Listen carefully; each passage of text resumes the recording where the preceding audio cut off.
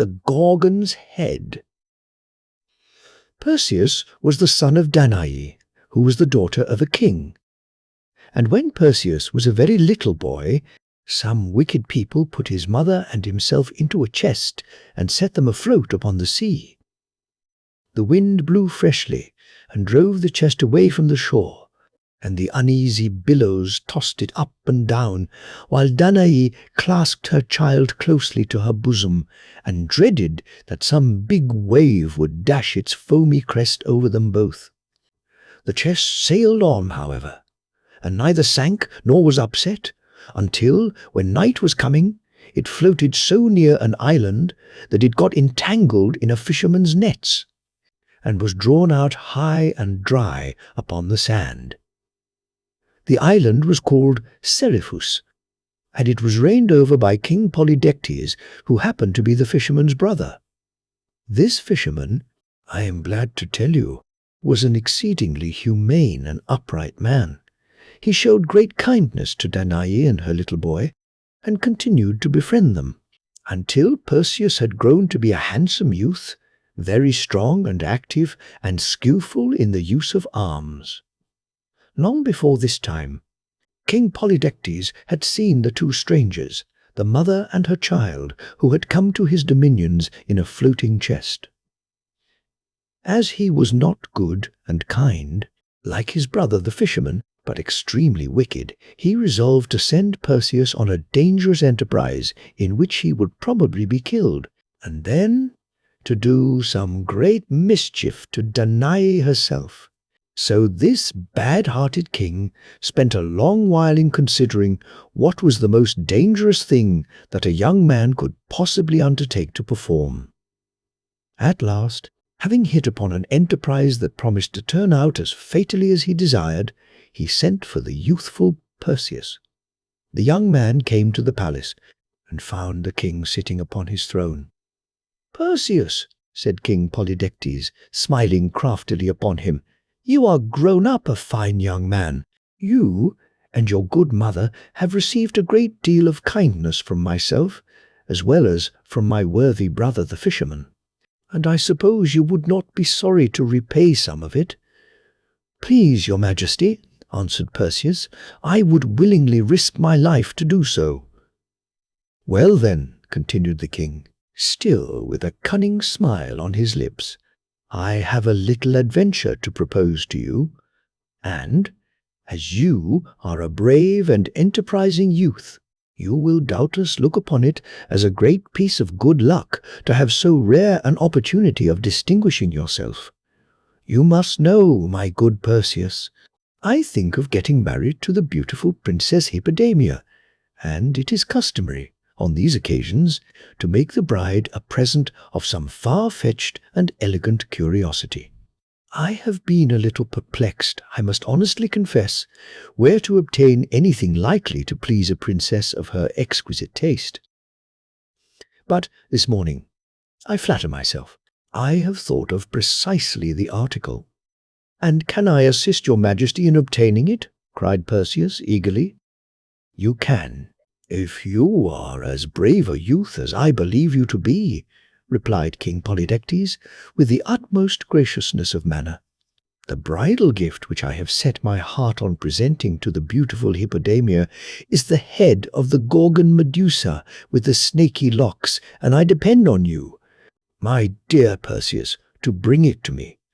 So, as I am anxious to settle affairs with the princess, the sooner you go in quest of the Gorgon, the better I shall be pleased."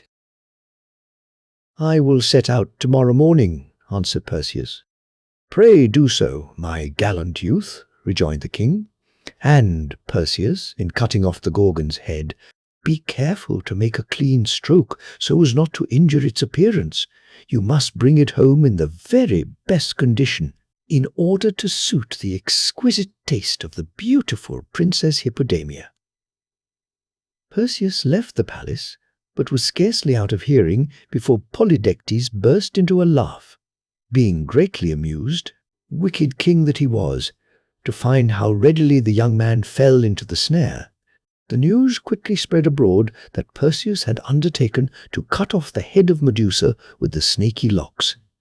Everybody was rejoiced, for most of the inhabitants of the island were as wicked as the king himself, and would have liked nothing better than to see some enormous mischief happen to Danae and her son. The only good man in this unfortunate island of Seriphus appears to have been the fisherman. As Perseus walked along, therefore, the people pointed after him and made mouths, and winked to one another, and ridiculed him as loudly as they dared. "Ho, ho!" cried they. "Medusa's snakes will sting him soundly." Now, there were 3 Gorgons alive at that period, and they were the most strange and terrible monsters that had ever been since the world was made, or that have been seen in after days, or that are likely to be seen in all time to come. I hardly know what sort of creature or hobgoblin to call them. They were 3 sisters, and seemed to have borne some distant resemblance to women, but were really a very frightful and mischievous species of dragon. It is, indeed, difficult to imagine what hideous beings these 3 sisters were. Why, instead of locks of hair, if you can believe me, they had each of them 100 enormous snakes growing on their heads, all alive, twisting, wriggling, curling, and thrusting out their venomous tongues with forked stings at the end. The teeth of the Gorgons were terribly long tusks. Their hands were made of brass, and their bodies were all over scales, which, if not iron, was something as hard and impenetrable.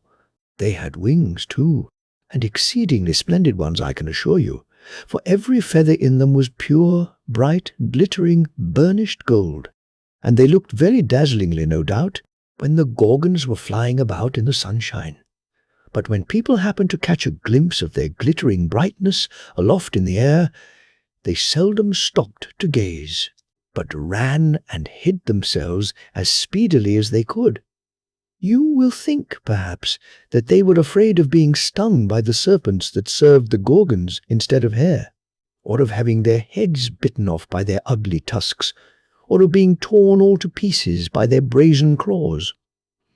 Well, to be sure, these were some of the dangers, but by no means the greatest, nor the most difficult to avoid.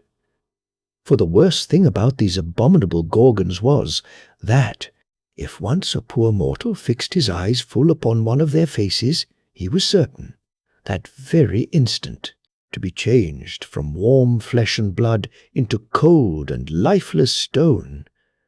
Thus, as you will easily perceive, it was a very dangerous adventure that the wicked King Polydectes had contrived for this innocent young man. Perseus himself, when he had thought over the matter, could not help seeing that he had very little chance of coming safely through it, and that he was far more likely to become a stone image than to bring back the head of Medusa with the snaky locks. For, not to speak of other difficulties, there was one which it would have puzzled an older man than Perseus to get over.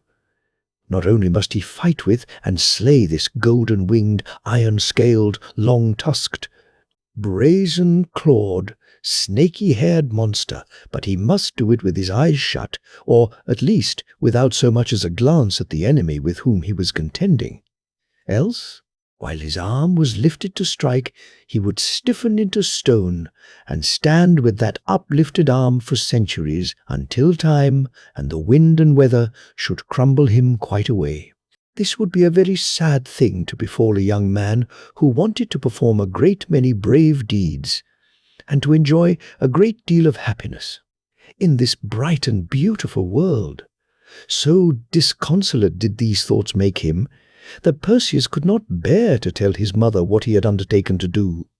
He therefore took his shield, girded on his sword, and crossed over from the island to the mainland, where he sat down in a solitary place, and hardly refrained from shedding tears.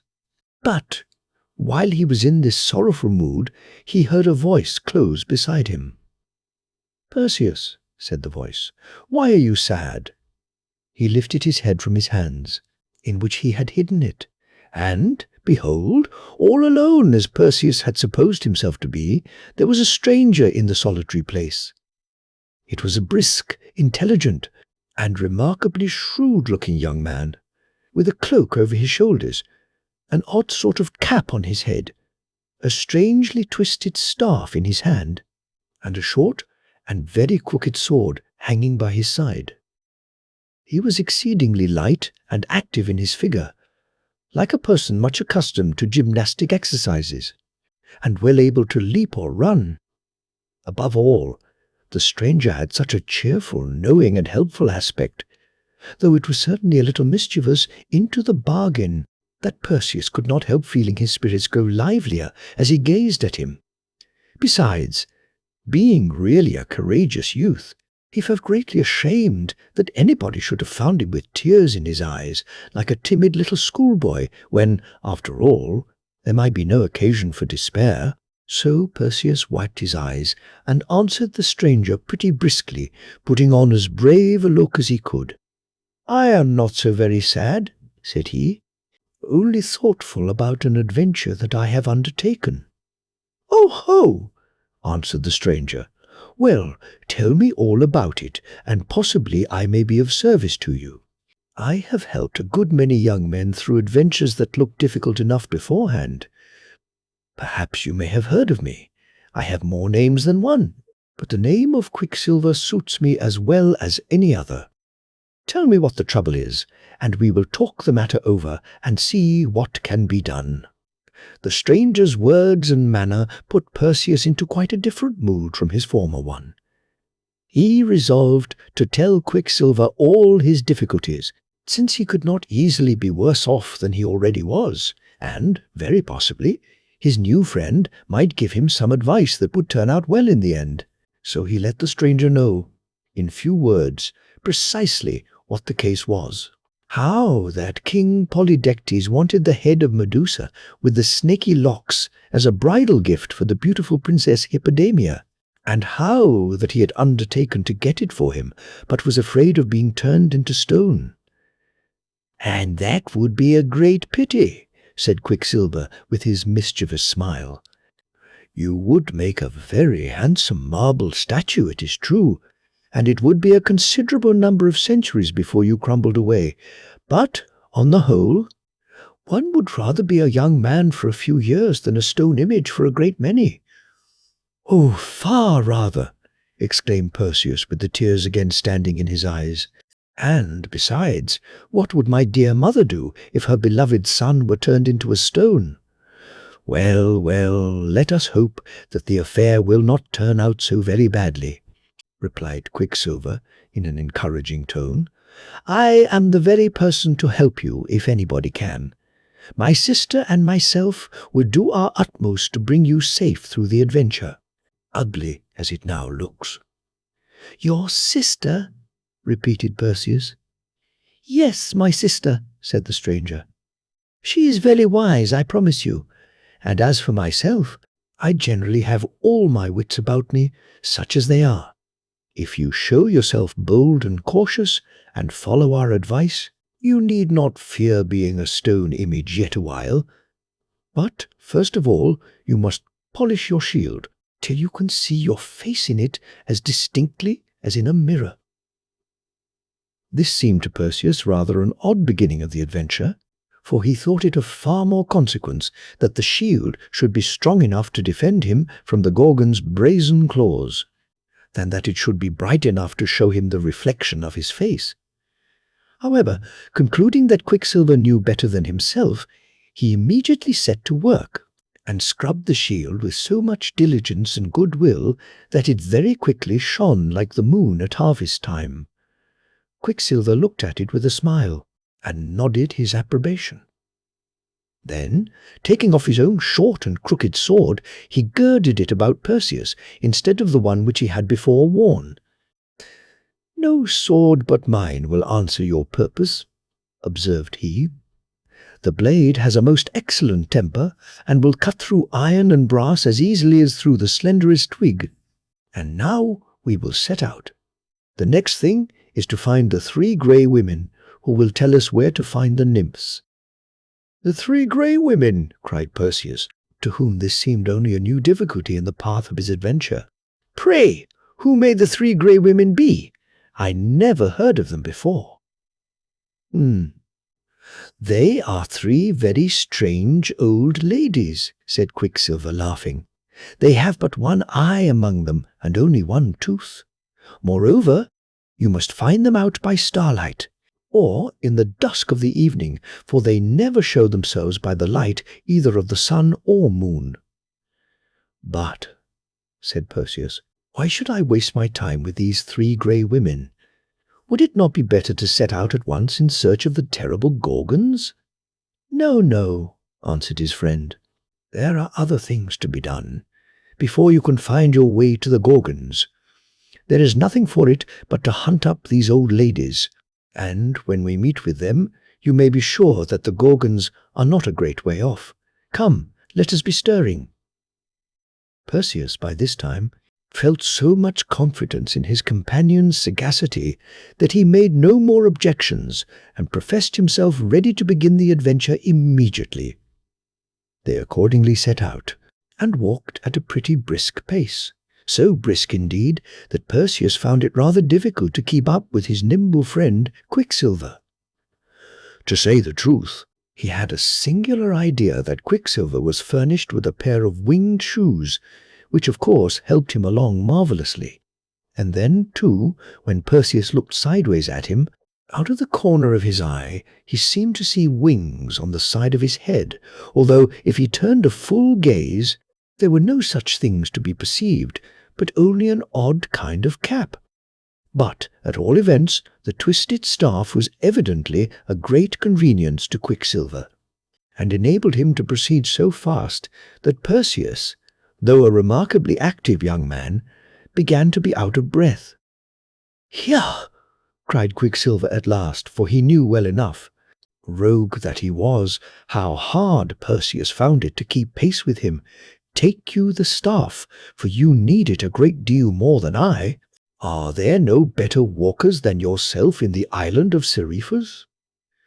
"I could walk pretty well," said Perseus, glancing slyly at his companion's feet, "if I had only a pair of winged shoes." "We must see about getting you a pair," answered Quicksilver. But the staff helped Perseus along so bravely that he no longer felt the slightest weariness. In fact, the stick seemed to be alive in his hand, and to lend some of its life to Perseus. He and Quicksilver now walked onward at their ease, talking very sociably together, and Quicksilver told so many pleasant stories about his former adventures and how well his wits had served him on various occasions that Perseus began to think him a very wonderful person. He evidently knew the world, and nobody is so charming to a young man as a friend who has that kind of knowledge.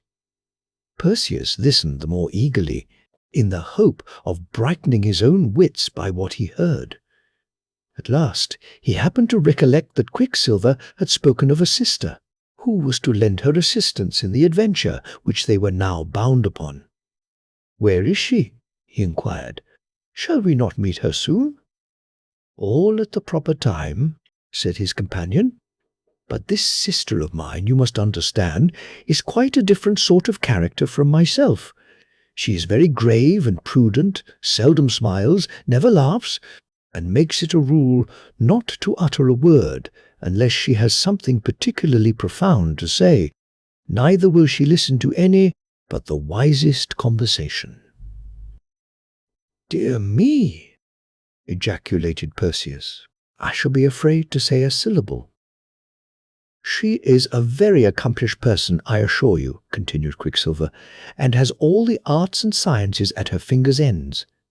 In short, she is so immoderately wise that many people call her wisdom personified. But, to tell you the truth, she has hardly vivacity enough for my taste, and I think you would scarcely find her so pleasant a travelling companion as myself.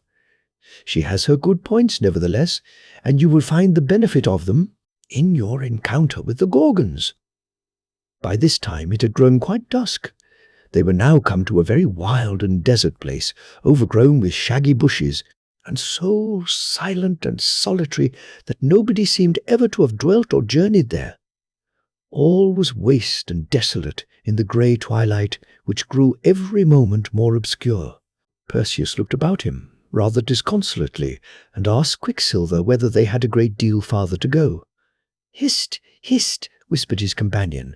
"Make no noise. This is just the time and place to meet the three grey women. Be careful that they do not see you before you see them, for, though they have but a single eye among the three, it is as sharp-sighted as 6 common eyes." "But what must I do," asked Perseus, "when we meet them?" Quicksilver explained to Perseus how the three grey women managed with their one eye. They were in the habit, it seems, of changing it from one to another, as if it had been a pair of spectacles, or which would have suited them better, a quizzing glass. When one of the three had kept the eye a certain time, she took it out of the socket and passed it to one of her sisters, whose turn it might happen to be, and who immediately clapped it into her own head, and enjoyed a peep at the visible world. Thus it will easily be understood that only one of the three grey women could see, while the other two were in utter darkness. And, moreover, at the instant when the eye was passing from hand to hand, neither of the poor old ladies was able to see a wink. I have heard of a great many strange things in my day, and have witnessed not a few, but none, it seems to me, that can compare with the oddity of these three grey women, all peeping through a single eye. So thought Perseus likewise, and was so astonished that he almost fancied his companion was joking with him, and that there were no such old women in the world. "You will soon find whether I tell the truth or no," observed Quicksilver. "Hark! Hush! Hist! Hist! Hist! There they come now." Perseus looked earnestly through the dusk of the evening, and there, sure enough, at no great distance off, he descried the three grey women. The light being so faint, he could not well make out what sort of figures they were. Only he discovered that they had long grey hair, and, as they came nearer, he saw that two of them had but the empty socket of an eye in the middle of their foreheads. But in the middle of the third sister's forehead there was a very large, bright and piercing eye, which sparkled like a great diamond in a ring, and so penetrating did it seem to be, that Perseus could not help thinking it must possess the gift of seeing in the darkest midnight just as perfectly as at noonday. The sight of three persons' eyes was melted and collected into that single one. Thus the three old dames got along about as comfortably, upon the whole, as if they could all see at once.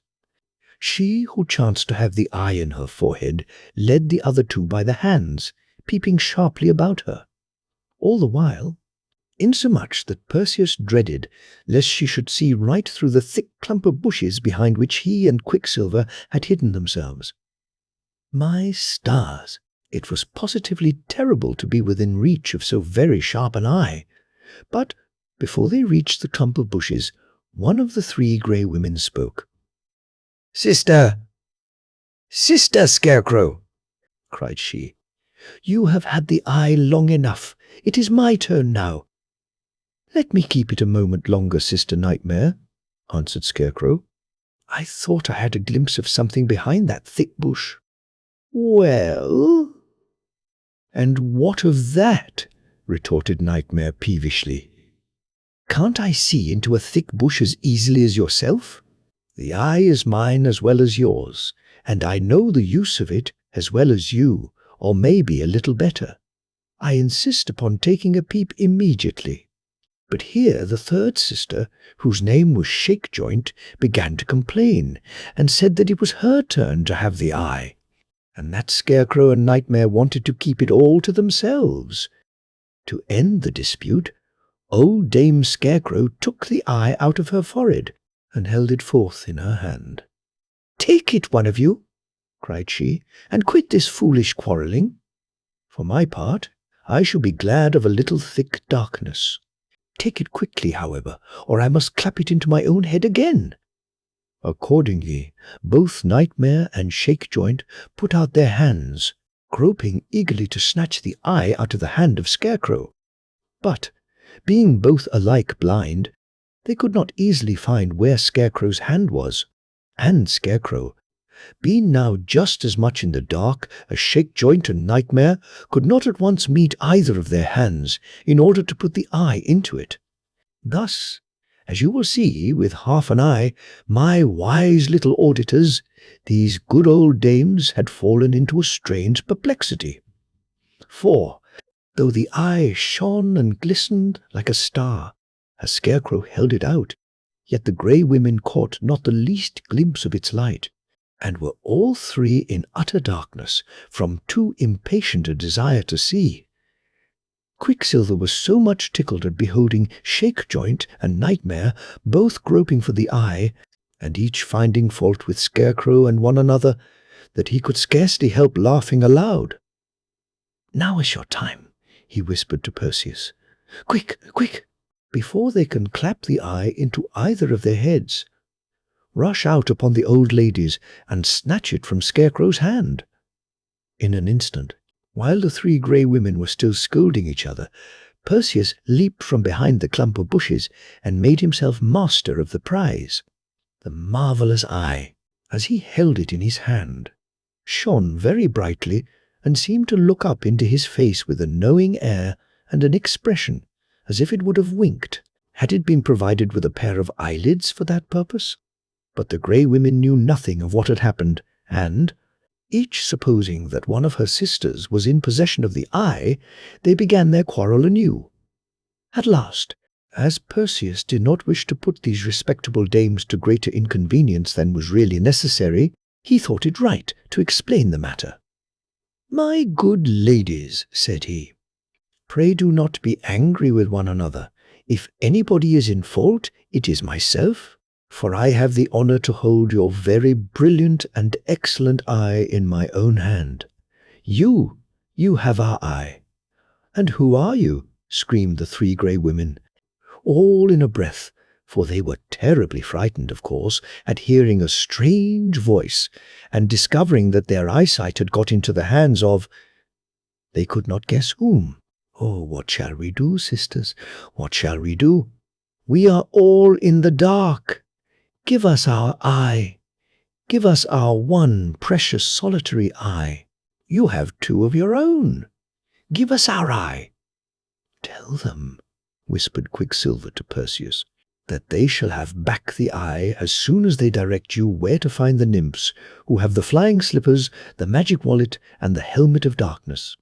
"My dear, good, admirable old ladies," said Perseus, addressing the grey women, "there is no occasion for putting yourselves into such a fright.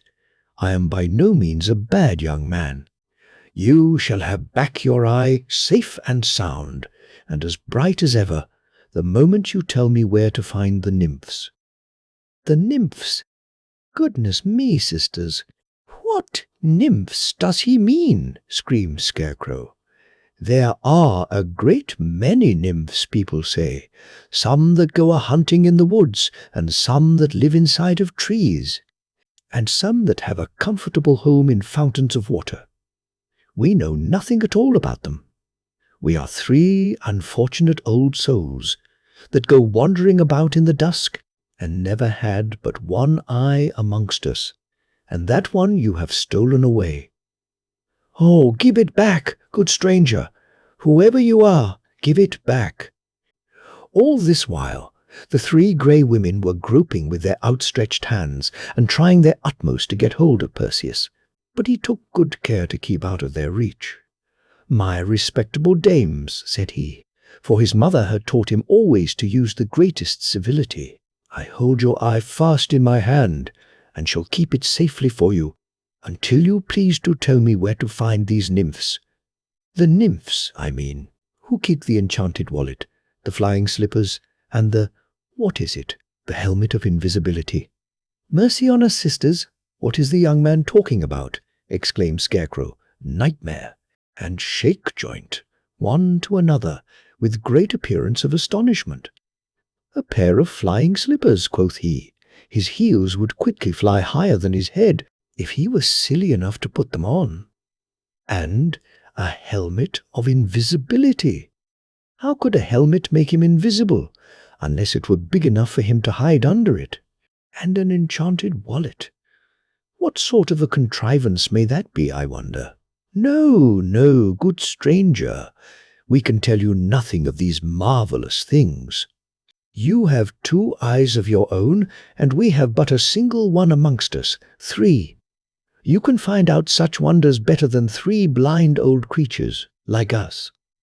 Perseus, hearing them talk in this way, began really to think that the grey women knew nothing of the matter, and, as it grieved him to have put them to so much trouble, he was just on the point of restoring their eye and asking pardon for his rudeness in snatching it away. But Quicksilver caught his hand.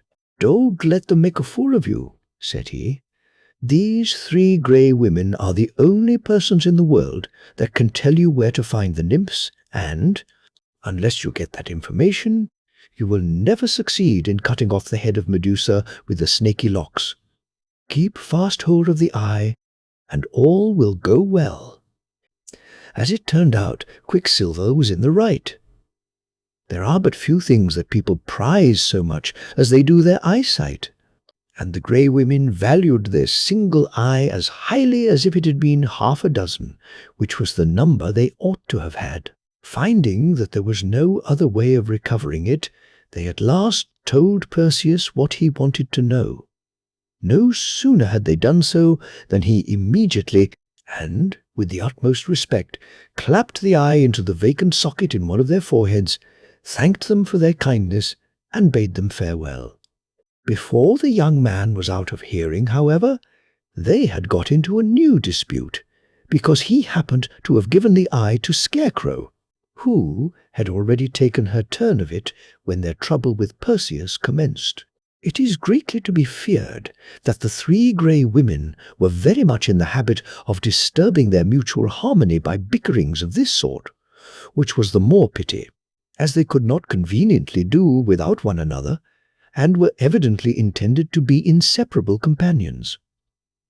As a general rule, I would advise all people, whether sisters or brothers, old or young, who chance to have but one eye amongst them, to cultivate forbearance, and not all insist upon peeping through it at once. Quicksilver and Perseus, in the meantime, were making the best of their way in quest of the nymphs. The old dames had given them such particular directions that they were not long in finding them out. They proved to be very different persons from Nightmare, Shakejoint, and Scarecrow, for, instead of being old, they were young and beautiful, and instead of one eye amongst the sisterhood, each nymph had 2 exceedingly bright eyes of her own, with which she looked very kindly at Perseus. They seemed to be acquainted with Quicksilver, and, when he told them the adventure which Perseus had undertaken, they made no difficulty about giving him the valuable articles that were in their custody. In the first place, they brought out what appeared to be a small purse, made of deerskin and curiously embroidered, and bade him be sure and keep it safe. This was the magic wallet. The nymphs next produced a pair of shoes, or slippers, or sandals, with a nice little pair of wings at the heel of each. "Put them on, Perseus," said Quicksilver. "You will find yourself as light-heeled as you can desire for the remainder of our journey." So Perseus proceeded to put one of the slippers on, while he laid the other on the ground by his side. Unexpectedly, however, this other slipper spread its wings, fluttered up off the ground, and would probably have flown away, if Quicksilver had not made a leap and luckily caught it in the air.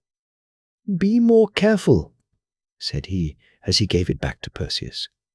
"It would frighten the birds up aloft if they should see a flying slipper amongst them."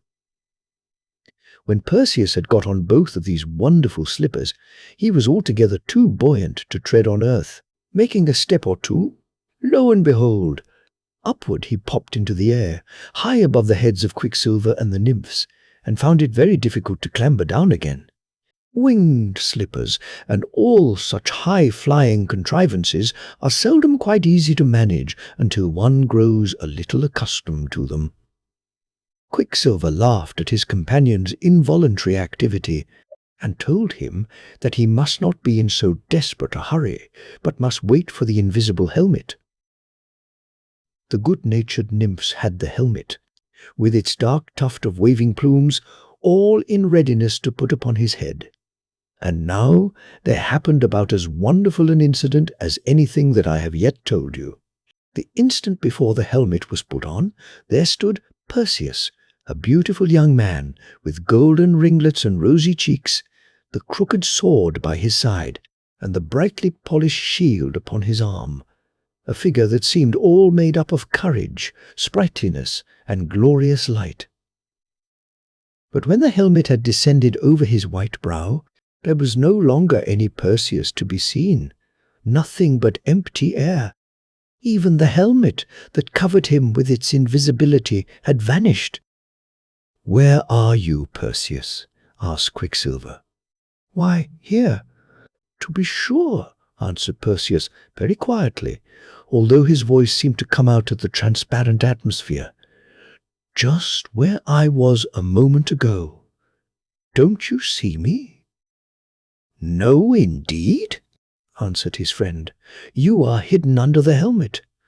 But if I cannot see you, neither can the Gorgons. Follow me, therefore, and we will try your dexterity in using the winged slippers." With these words, Quicksilver's cap spread its wings, as if his head were about to fly away from his shoulders, but his whole figure rose lightly into the air, and Perseus followed. By the time they had ascended a few hundred feet, the young man began to feel what a delightful thing it was to leave the dull earth so far beneath him, and to be able to flit about like a bird. It was now deep night. Perseus looked upward and saw the round, bright, silvery moon, and thought that he should desire nothing better than to soar up thither and spend his life there. Then he looked downward again and saw the earth, with its seas and lakes, and the silver courses of its rivers, and its snowy mountain peaks, and the breadth of its fields, and the dark cluster of its woods, and its cities of white marble. And with the moonshine sleeping over the whole scene, it was as beautiful as the moon or any star could be. And, among other objects, he saw the island of Seriphus, where his dear mother was.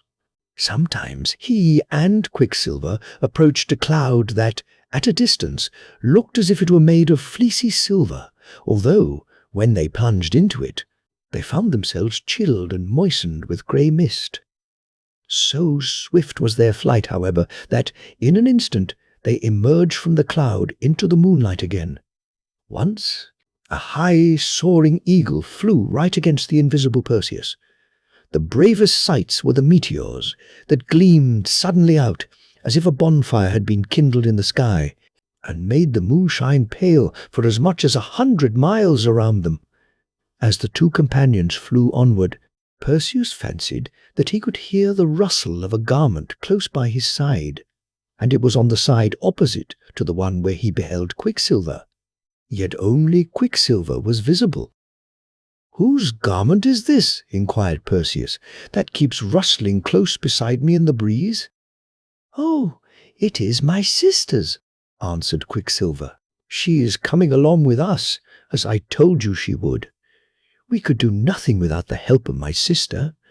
You have no idea how wise she is. She has such eyes, too. Why, she can see you, at this moment, just as distinctly as if you were not invisible. And I'll venture to say, she will be the first to discover the Gorgons." By this time, in their swift voyage through the air, they had come within sight of the great ocean, and were soon flying over it.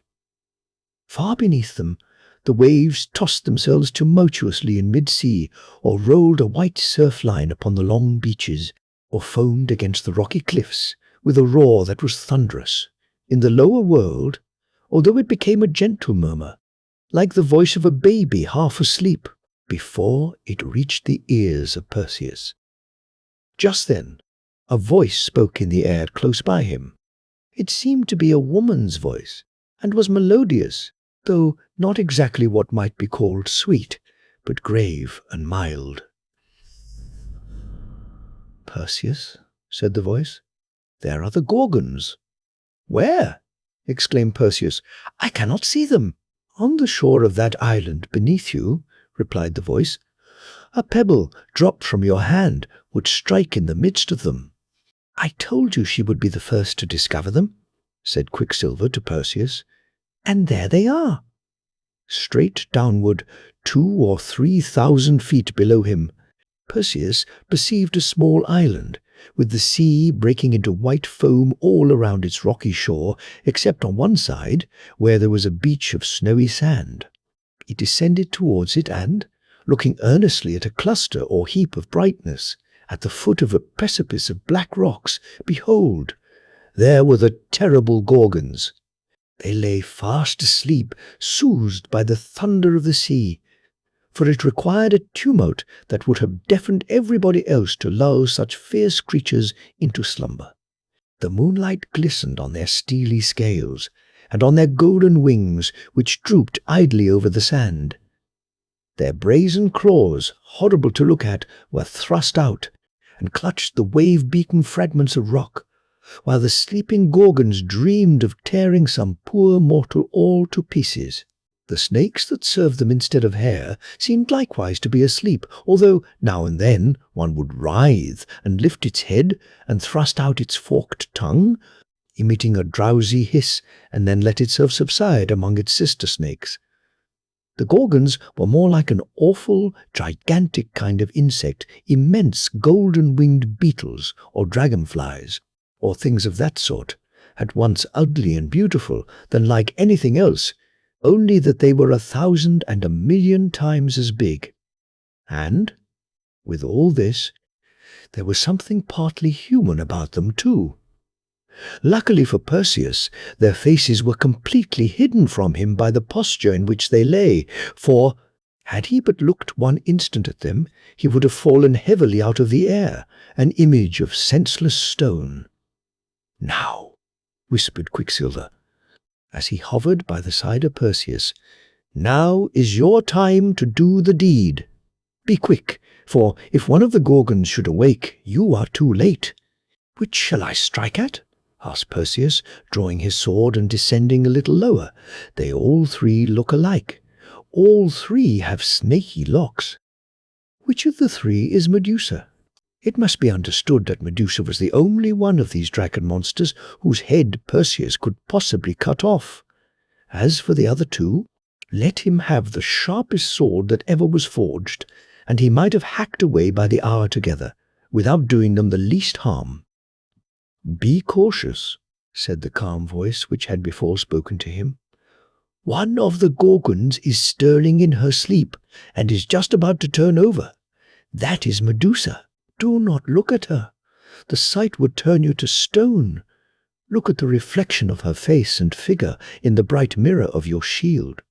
Perseus now understood Quicksilver's motive for so earnestly exhorting him to polish his shield. In its surface he could safely look at the reflection of the Gorgon's face. And there it was, that terrible countenance, mirrored in the brightness of the shield, with the moonlight falling over it and displaying all its horror. The snakes, whose venomous natures could not altogether sleep, kept twisting themselves over the forehead. It was the fiercest and most horrible face that ever was seen or imagined, and yet with a strange, fearful, and savage kind of beauty in it. The eyes were closed, and the Gorgon was still in a deep slumber, but there was an unquiet expression disturbing her features, as if the monster was troubled with an ugly dream. She gnashed her white tusks and dug into the sand with her brazen claws. The snakes, too, seemed to feel Medusa's dream, and to be made more restless by it. They twined themselves into tumultuous knots, writhed fiercely, and uplifted 100 hissing heads without opening their eyes. "Now, now," whispered Quicksilver, who was growing impatient. "Make a dash at the monster!" "But be calm," said the grave, melodious voice at the young man's side. "Look in your shield as you fly downward, and take care that you do not miss your first stroke." Perseus flew cautiously downward, still keeping his eyes on Medusa's face as reflected in his shield. The nearer he came, the more terrible did the snaky visage and metallic body of the monster grow. At last, when he found himself hovering over her within arm's length, Perseus uplifted his sword, while, at the same instant, each separate snake upon the Gorgon's head stretched threateningly upward, and Medusa unclosed her eyes. But she awoke too late. The sword was sharp, the stroke fell like a lightning flash, and the head of the wicked Medusa tumbled from her body. "Admirably done!" cried Quicksilver. "Make haste and clap the head into your magic wallet." To the astonishment of Perseus, the small embroidered wallet, which he had hung about his neck, and which had hitherto been no bigger than a purse, grew all at once large enough to contain Medusa's head. As quick as thought, he snatched it up, with the snakes still writhing upon it, and thrust it in. "Your task is done," said the calm voice. "Now fly, for the other Gorgons will do their utmost to take vengeance for Medusa's death." It was indeed necessary to take flight, for Perseus had not done the deed so quietly, but that the clash of his sword, and the hissing of the snakes, and the thump of Medusa's head as it tumbled upon the sea-beaten sand, awoke the other two monsters. There they sat, for an instant, sleepily rubbing their eyes with their brazen fingers, while all the snakes on their heads reared themselves on end with surprise, and with venomous malice against they knew not what. But when the Gorgons saw the scaly carcass of Medusa, headless, and her golden wings all ruffled and half spread out on the sand, it was really awful to hear what yells and screeches they set up. And then the snakes! They sent forth 100-fold hiss with one consent, and Medusa's snakes answered them out of the magic wallet. No sooner were the Gorgons broad awake than they hurtled upward into the air, brandishing their brass talons, gnashing their horrible tusks, and flapping their huge wings so wildly that some of the golden feathers were shaken out and floated down upon the shore. And there, perhaps, those very feathers lie scattered till this day. Up rose the Gorgons, as I tell you, staring horribly about in hopes of turning somebody to stone. Had Perseus looked them in the face, or had he fallen into their clutches, his poor mother would never have kissed her boy again. But he took good care to turn his eyes another way, and, as he wore the helmet of invisibility, the Gorgons knew not in what direction to follow him, nor did he fail to make the best use of the winged slippers, by soaring upward a perpendicular mile or so.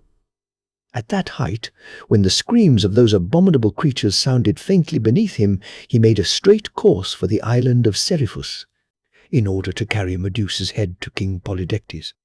I have no time to tell you of several marvellous things that befell Perseus on his way homeward, such as his killing a hideous sea monster, just as it was on the point of devouring a beautiful maiden, nor how he changed an enormous giant into a mountain of stone, merely by showing him the head of the Gorgon. If you doubt this latter story, you may make a voyage to Africa some day or other and see the very mountain which is still known by the ancient giant's name. Finally, our brave Perseus arrived at the island where he expected to see his dear mother. But, during his absence, the wicked king had treated Danae so very ill that she was compelled to make her escape, and had taken refuge in a temple, where some good old priests were extremely kind to her. These praiseworthy priests and the kind-hearted fisherman, who had first shown hospitality to Danae and little Perseus when he found them afloat in the chest, seemed to have been the only persons on the island who cared about doing right. All the rest of the people, as well as King Polydectes himself, were remarkably ill-behaved, and deserved no better destiny than that which was now to happen. Not finding his mother at home, Perseus went straight to the palace, and was immediately ushered into the presence of the king. Polydectes was by no means rejoiced to see him, for he had felt almost certain in his own evil mind that the Gorgons would have torn the poor young man to pieces and have eaten him up out of the way. However, seeing him safely returned, he put the best face he could upon the matter and asked Perseus how he had succeeded. "Have you performed your promise?" inquired he. "Have you brought me the head of Medusa with the snaky locks? If not, young man, it will cost you dear, for I must have a bridal present for the beautiful Princess Hippodamia, and there is nothing else that she would admire so much." "Yes, please your majesty," answered Perseus, in a quiet way, as if it were no very wonderful deed for such a young man as he to perform. "I have brought you the Gorgon's head, snaky locks and all." "Indeed? Pray let me see it," quoth King Polydectes. "It must be a very curious spectacle, if all the travellers tell about it be true." "Your majesty is in the right," replied Perseus. "It is really an object that will be pretty certain to fix the regards of all who look at it. And, if your majesty think fit, I would suggest that a holiday be proclaimed, and that all your majesty's subjects be summoned to behold this wonderful curiosity. Few of them, I imagine, have seen a Gorgon's head before, and perhaps never may again." The king well knew that his subjects were an idle set of reprobates, and very fond of sightseeing, as idle persons usually are. So he took the young man's advice, and sent out heralds and messengers in all directions to blow the trumpet at the street corners, and in the market-places, and wherever two roads met, and summon everybody to court. Thither, accordingly, came a great multitude of good-for-nothing vagabonds, all of whom, out of pure love of mischief, would have been glad if Perseus had met with some ill hap in his encounter with the Gorgons. If there were any better people in the island, as I really hope there may have been, although the story tells nothing about any such, they stayed quietly at home, minding their business, and taking care of their little children. Most of the inhabitants, at all events, ran as fast as they could to the palace, and shoved, and pushed, and elbowed one another in their eagerness to get near a balcony on which Perseus showed himself, holding the embroidered wallet in his hand. On a platform, within full view of the balcony, sat the mighty King Polydectes, amid his evil counsellors, and with his flattering courtiers in a semicircle round about him. Monarch, counsellors, courtiers, and subjects all gazed eagerly towards Perseus. "Show us the head! Show us the head!" shouted the people, and there was a fierceness in their cry, as if they would tear Perseus to pieces, unless he should satisfy them with what he had to show. "Show us the head of Medusa with the snaky locks." A feeling of sorrow and pity came over the youthful Perseus. "O King Polydectes," cried he, "and ye many people, I am very loath to show you the Gorgon's head." "Ah, the villain and coward!" yelled the people more fiercely than before. "He is making game of us. He has no Gorgon's head. Show us the head if you have it, or we will take your own head for a football." The evil counsellors whispered bad advice in the king's ear. The courtiers murmured with one consent that Perseus had shown disrespect to their royal lord and master, and the great King Polydectes himself waved his hand and ordered him, with the stern, deep voice of authority, on his peril, to produce the head. "Show me the Gorgon's head, or I will cut off your own." And Perseus sighed. "This instant," repeated Polydectes, "or you die." "Behold it then," cried Perseus, in a voice like the blast of a trumpet, and, suddenly holding up the head, not an eyelid had time to wink before the wicked King Polydectes, his evil counsellors, and all his fierce subjects were no longer anything but the mere images of a monarch and his people. They were all fixed forever in the look and attitude of that moment.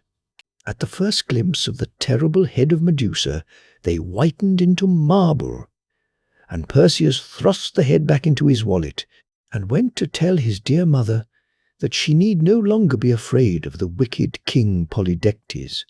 The Golden Touch. Once upon a time there lived a very rich man, and a king besides, whose name was Midas, and he had a little daughter, whom nobody but myself ever heard of, and whose name I either never knew or have entirely forgotten. So, because I love odd names for little girls, I choose to call her Marigold.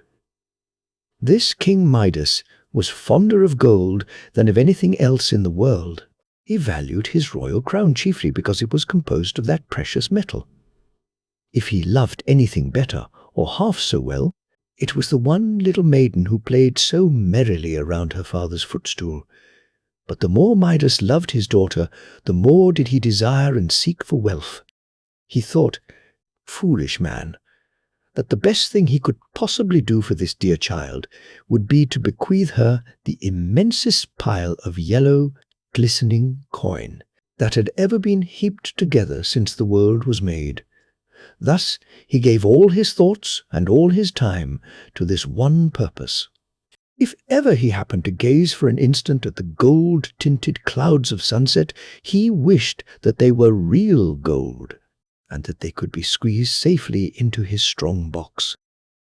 When little Marigold ran to meet him with a bunch of buttercups and dandelions, he used to say, "Poh, poh, child, if these flowers were as golden as they look, they would be worth the plucking." And yet, in his earlier days, before he was so entirely possessed of this insane desire for riches, King Midas had shown a great taste for flowers. He had planted a garden, in which grew the biggest and beautifulest and sweetest roses that any mortal ever saw or smelt. These roses were still growing in the garden, as large, as lovely, and as fragrant as when Midas used to pass whole hours in gazing at them and inhaling their perfume. But now, if he looked at them at all, it was only to calculate how much the garden would be worth if each of the innumerable rose petals were a thin plate of gold.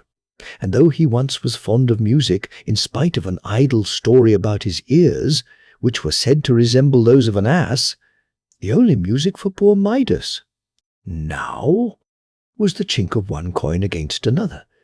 At length, as people always grow more and more foolish unless they take care to grow wiser and wiser, Midas had got to be so exceedingly unreasonable that he could scarcely bear to see or touch any object that was not gold. He made it his custom, therefore, to pass a large portion of every day in a dark and dreary apartment underground at the basement of his palace.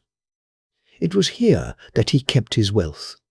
To this dismal hole, for it was little better than a dungeon, Midas betook himself whenever he wanted to be particularly happy. Here, after carefully locking the door, he would take a bag of gold coin, or a gold cup as big as a washbowl, or a heavy golden bar, or a peck measure of gold dust, and bring them from the obscure corners of the room into the one bright and narrow sunbeam that fell from the dungeon-like window. He valued the sunbeam for no other reason but that his treasure would not shine without its help. And then would he reckon over the coins in the bag, toss up the bar, and catch it as it came down, sift the gold dust through his fingers, look at the funny image of his own face, as reflected in the burnished circumference of the cup, and whisper to himself, "O Midas, rich King Midas, what a happy man art thou!" But it was laughable to see how the image of his face kept grinning at him out of the polished surface of the cup. It seemed to be aware of his foolish behavior, and to have a naughty inclination to make fun of him. Midas called himself a happy man, but felt that he was not yet quite so happy as he might be. The very tip-top of enjoyment would never be reached, unless the whole world were to become his treasure room and be filled with yellow metal which should be all his own. Now, I need hardly remind such wise little people as you are that in the old times, when King Midas was alive, a great many things came to pass, which we should consider wonderful if they were to happen in our own day and country. And, on the other hand, a great many things take place nowadays, which seem not only wonderful to us, but at which the people of old times would have stared their eyes out. On the whole, I regard our own times as the strangest of the two, but however that may be, I must go on with my story. Midas was enjoying himself in his treasure room one day, as usual, when he perceived a shadow fall over the heaps of gold, and, looking suddenly up, what should he behold but the figure of a stranger, standing in the bright and narrow sunbeam. It was a young man, with a cheerful and ruddy face.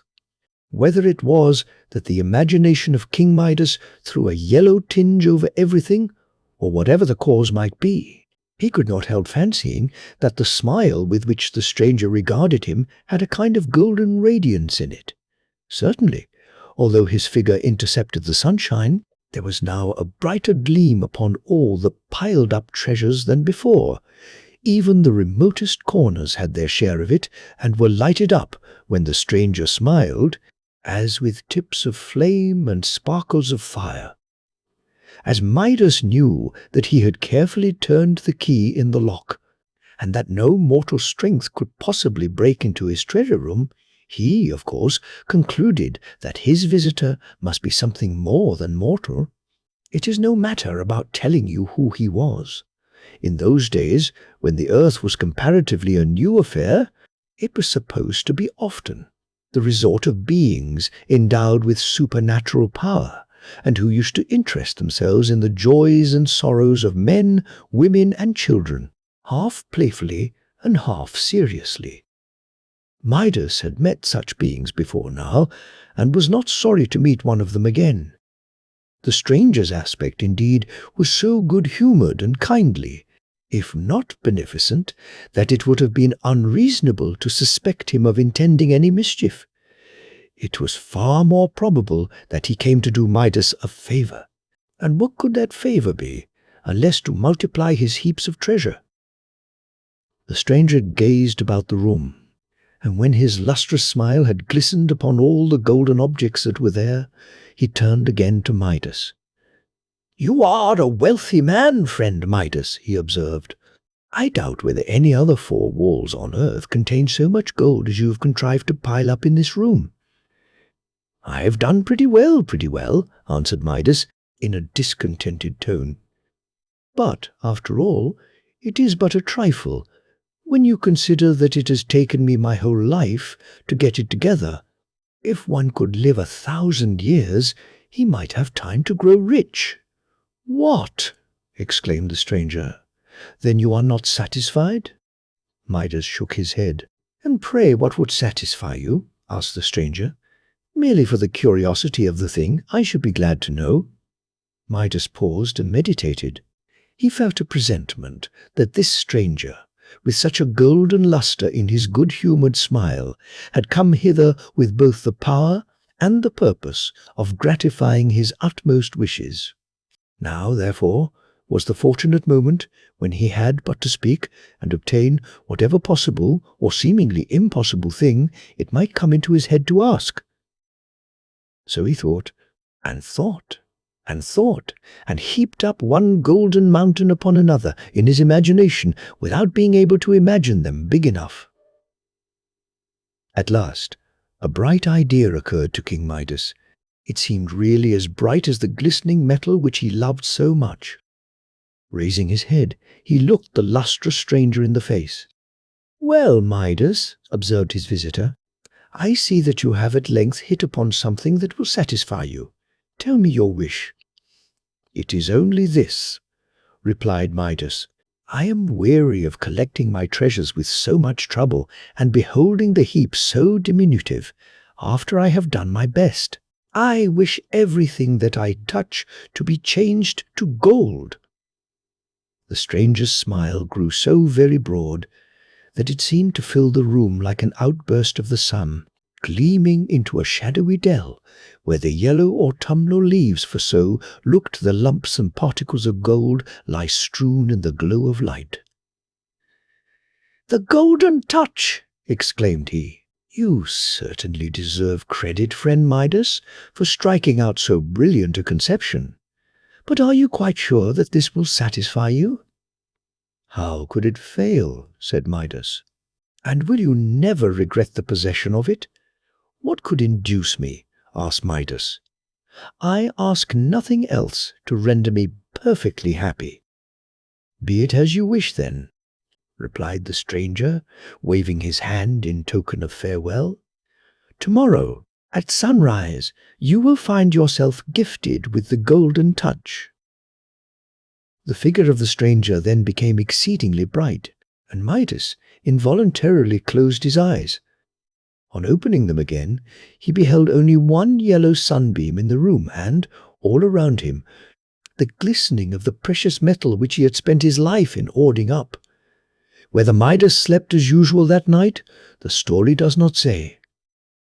Asleep or awake, however, his mind was probably in the state of a child's to whom a beautiful new plaything has been promised in the morning.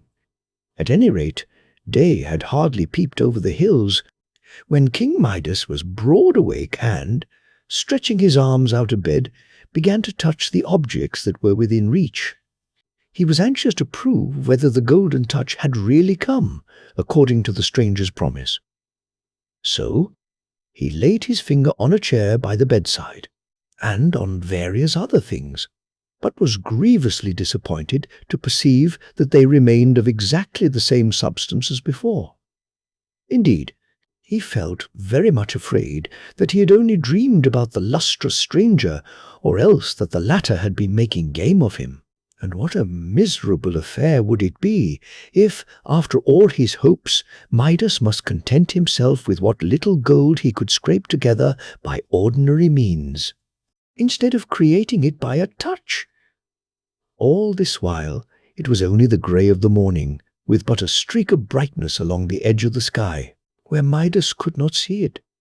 He lay in a very disconsolate mood, regretting the downfall of his hopes, and kept growing sadder and sadder, until the earliest sunbeam shone through the window and gilded the ceiling over his head.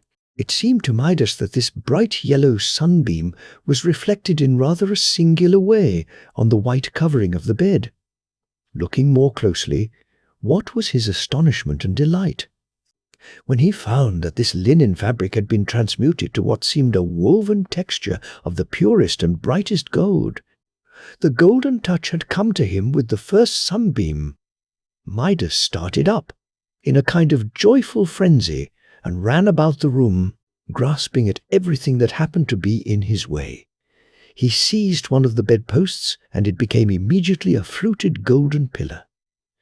He pulled aside a window curtain in order to admit a clear spectacle of the wonders which he was performing, and the tassel grew heavy in his hand, a mass of gold. He took up a book from the table. At his first touch, it assumed the appearance of such a splendidly bound and gilt-edged volume as one often meets with nowadays. But, on running his fingers through the leaves, behold!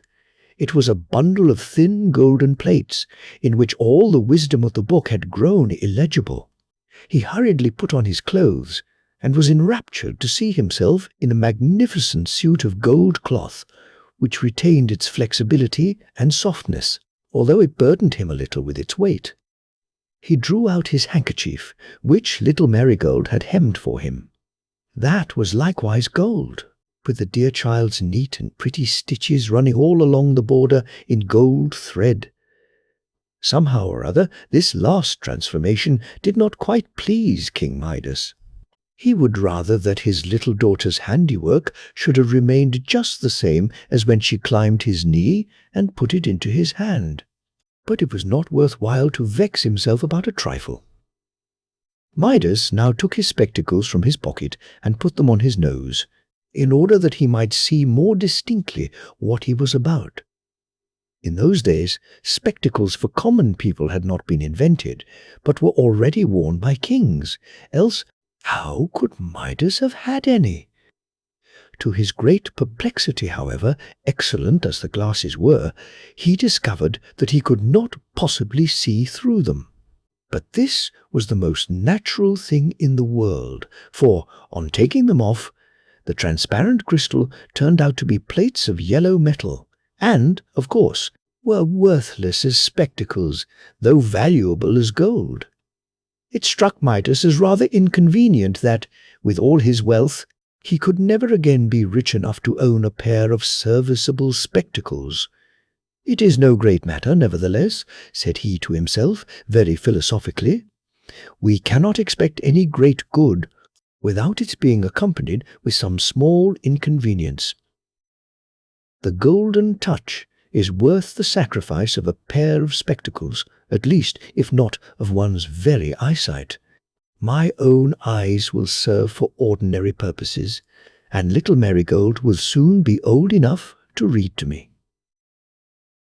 Wise King Midas was so exalted by his good fortune that the palace seemed not sufficiently spacious to contain him. He therefore went downstairs and smiled, on observing that the balustrade of the staircase became a bar of burnished gold, as his hand passed over it in his descent. He lifted the door latch.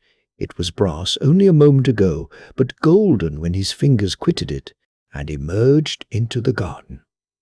Here, as it happened, he found a great number of beautiful roses in full bloom, and others in all the stages of lovely bud and blossom. Very delicious was their fragrance in the morning breeze. Their delicate blush was one of the fairest sights in the world, so gentle, so modest, and so full of sweet tranquillity. Did these roses seem to be? But Midas knew a way to make them far more precious, according to his way of thinking, than roses had ever been before. So he took great pains in going from bush to bush and exercised his magic touch most indefatigably, until every individual flower and bud, and even the worms at the heart of some of them, were changed to gold. By the time this good work was completed, King Midas was summoned to breakfast, and as the morning air had given him an excellent appetite, he made haste back to the palace. What was usually a king's breakfast in the days of Midas?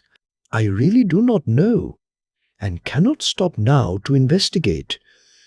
To the best of my belief, however, on this particular morning, the breakfast consisted of hot cakes, some nice little brook trout, roasted potatoes, fresh-boiled eggs and coffee for King Midas himself, and a bowl of bread and milk for his daughter Marigold. At all events, this is a breakfast fit to set before a king, and, whether he had it or not, King Midas could not have had a better. Little Marigold had not yet made her appearance. Her father ordered her to be called, and, seating himself at table, awaited the child's coming in order to begin his own breakfast.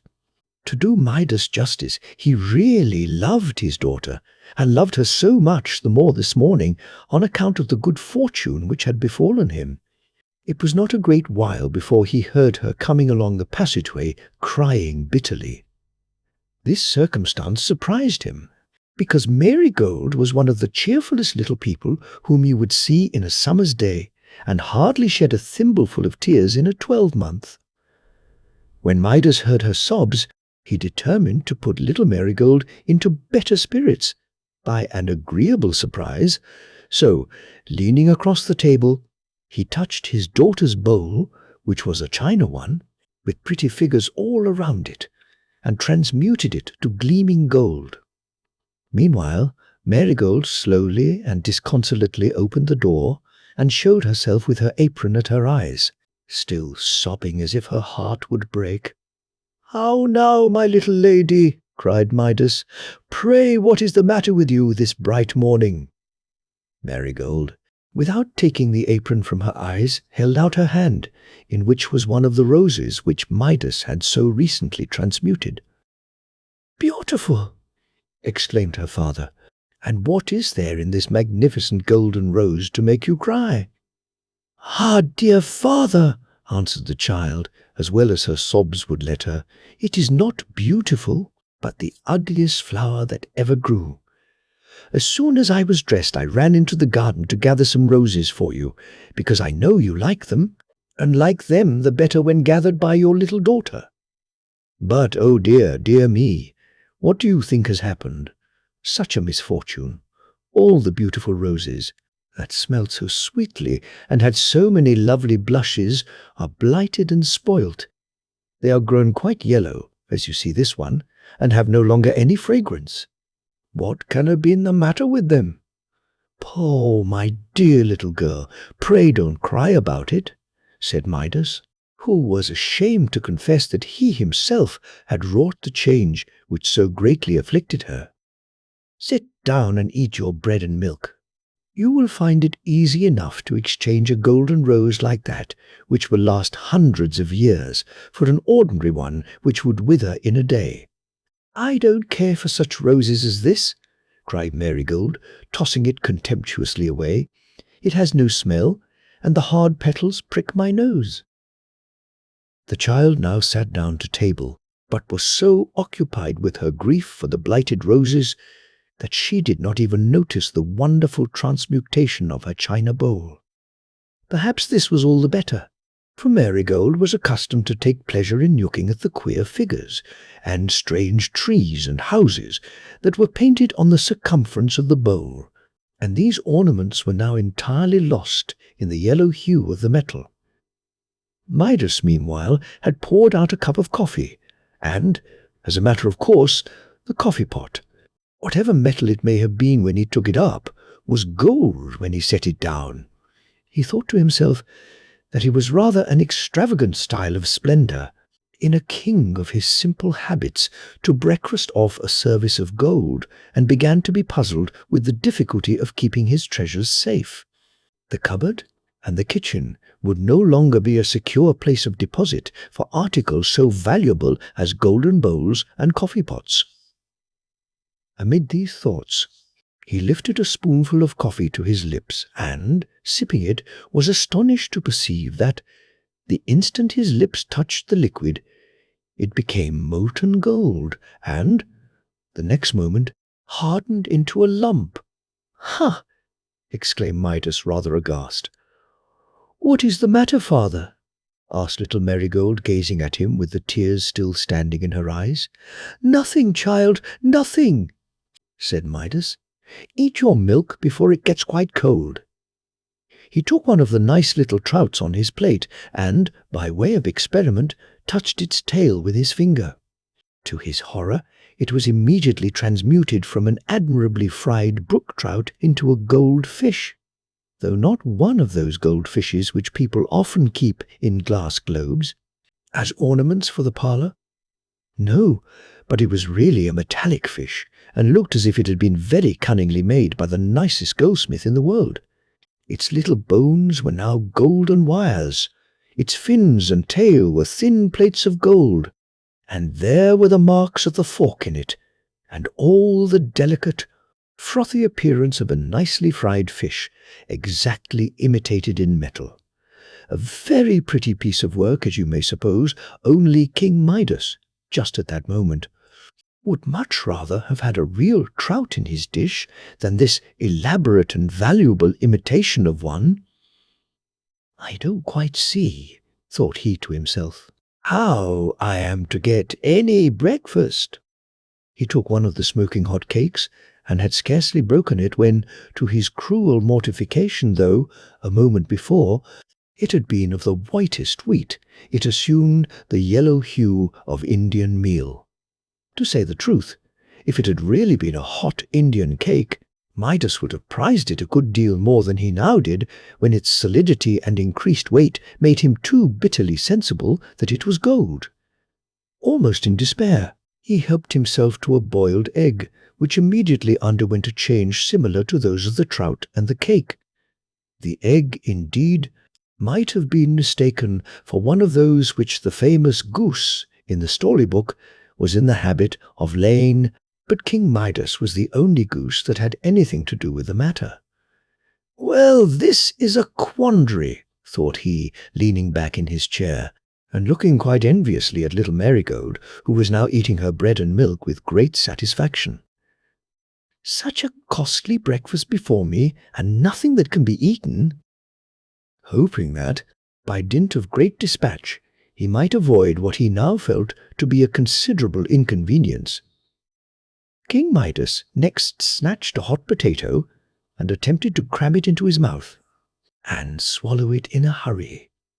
But the Golden Touch was too nimble for him. He found his mouth full, not of mealy potato, but of solid metal, which so burnt his tongue that he roared aloud, and, jumping up from the table, began to dance and stamp about the room, both with pain and affright. "Father! Dear father!" cried little Marigold, who was a very affectionate child. "Pray, what is the matter? Have you burnt your mouth?" "Ah, dear child," groaned Midas dolefully, "I don't know what is to become of your poor father. And, truly, my dear little folks, did you ever hear of such a pitiable case in all your lives? Here was literally the richest breakfast that could be set before a king, and its very richness made it absolutely good for nothing. The poorest labourer, sitting down to his crust of bread and cup of water, was far better off than King Midas, whose delicate food was really worth its weight in gold. And what was to be done? Already, at breakfast, Midas was excessively hungry. Would he be less so by dinner-time? And how ravenous would be his appetite for supper, which must undoubtedly consist of the same sort of indigestible dishes as those now before him. How many days, think you, would he survive a continuance of this rich fare? These reflections so troubled wise King Midas that he began to doubt whether, after all, riches are the one desirable thing in the world, or even the most desirable. But this was only a passing thought. So fascinated was Midas with the glitter of the yellow metal that he would still have refused to give up the Golden Touch for so paltry a consideration as a breakfast. Just imagine what a price for one meal's victuals. It would have been the same as paying millions and millions of money, and as many millions more as would take forever to reckon up, for some fried trout, an egg, a potato, a hot cake, and a cup of coffee. It would be quite too dear, thought Midas. Nevertheless, so great was his hunger and the perplexity of his situation, that he again groaned aloud, and very grievously too. Our pretty Marigold could endure it no longer. She sat a moment, gazing at her father, and trying, with all the might of her little wits, to find out what was the matter with him. Then, with a sweet and sorrowful impulse to comfort him, she started from her chair, and, running to Midas, threw her arms affectionately about his knees. He bent down and kissed her. He felt that his little daughter's love was worth 1,000 times more than he had gained by the Golden Touch. "My precious, precious Marigold!" cried he. But Marigold made no answer. Alas, what had he done? How fatal was the gift which the stranger bestowed! The moment the lips of Midas touched Marigold's forehead, a change had taken place. Her sweet, rosy face, so full of affection as it had been, assumed a glittering yellow colour, with yellow teardrops congealing on her cheeks. Her beautiful brown ringlets took the same tint. Her soft and tender little form grew hard and inflexible within her father's encircling arms. Oh, terrible misfortune! The victim of his insatiable desire for wealth, little Marigold was a human child no longer, but a golden statue. Yes, there she was, with the questioning look of love, grief, and pity hardened into her face. It was the prettiest and most woeful sight that ever mortal saw. All the features and tokens of Marigold were there. Even the beloved little dimple remained in her golden chin. But the more perfect was the resemblance, the greater was the father's agony at beholding this golden image, which was all that was left him of a daughter. It had been a favourite phrase of Midas, whenever he felt particularly fond of the child, to say that she was worth her weight in gold. And now the phrase had become literally true. And now, at last, when it was too late, he felt how infinitely a warm and tender heart that loved him exceeded in value all the wealth that could be piled up betwixt the earth and sky. It would be too sad a story if I were to tell you how Midas, in the fullness of all his gratified desires, began to wring his hands and bemoan himself, and how he could neither bear to look at Marigold, nor yet to look away from her. Except when his eyes were fixed on the image, he could not possibly believe that she was changed to gold. But, stealing another glance, there was the precious little figure, with a yellow teardrop on its yellow cheek, and a look so piteous and tender, that it seemed as if that very expression must needs soften the gold and make it flesh again. This, however, could not be. So Midas had only to wring his hands, and to wish that he were the poorest man in the wide world, if the loss of all his wealth might bring back the faintest rose colour to his dear child's face. While he was in this tumult of despair, he suddenly beheld a stranger standing near the door. Midas bent down his head without speaking, for he recognized the same figure which had appeared to him the day before in the treasure-room, and had bestowed on him this disastrous faculty of the golden touch. The stranger's countenance still wore a smile, which seemed to shed a yellow lustre all about the room, and gleamed on little Marigold's image, and on the other objects that had been transmuted by the touch of Midas. "Well, friend Midas," said the stranger, "pray how do you succeed with the golden touch?" Midas shook his head. "I am very miserable," said he. "Very miserable indeed," exclaimed the stranger. "And how happens that?" "Have I not faithfully kept my promise with you? Have you not everything that your heart desired?" "Gold is not everything," answered Midas, "and I have lost all that my heart really cared for." "Ah, so you have made a discovery." "Since yesterday," observed the stranger. "Let us see, then. Which of these two things do you think is really worth the most, the gift of the golden touch, or 1 cup of clear cold water?" "Oh, blessed water!" exclaimed Midas. "It will never moisten my parched throat again." "The golden touch," continued the stranger, "or a crust of bread?" "A piece of bread," answered Midas, "is worth all the gold on earth." "The golden touch," asked the stranger, "or your own little Marigold, warm, soft, and loving as she was an hour ago?" "Oh, my child, my dear child!" cried poor Midas, wringing his hands. "I would not have given that one small dimple in her chin for the power of changing this whole big earth into a solid lump of gold." "You are wiser than you were, King Midas," said the stranger, looking seriously at him. "Your own heart, I perceive, has not been entirely changed from flesh to gold. Were it so, your case would indeed be desperate. But you appear to be still capable of understanding that the commonest things, such as lie within everybody's grasp, are more valuable than the riches which so many mortals sigh and struggle after. Tell me now, do you sincerely desire to rid yourself of this golden touch?"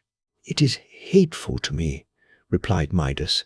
A fly settled on his nose, but immediately fell to the floor, for it too had become gold. Midas shuddered.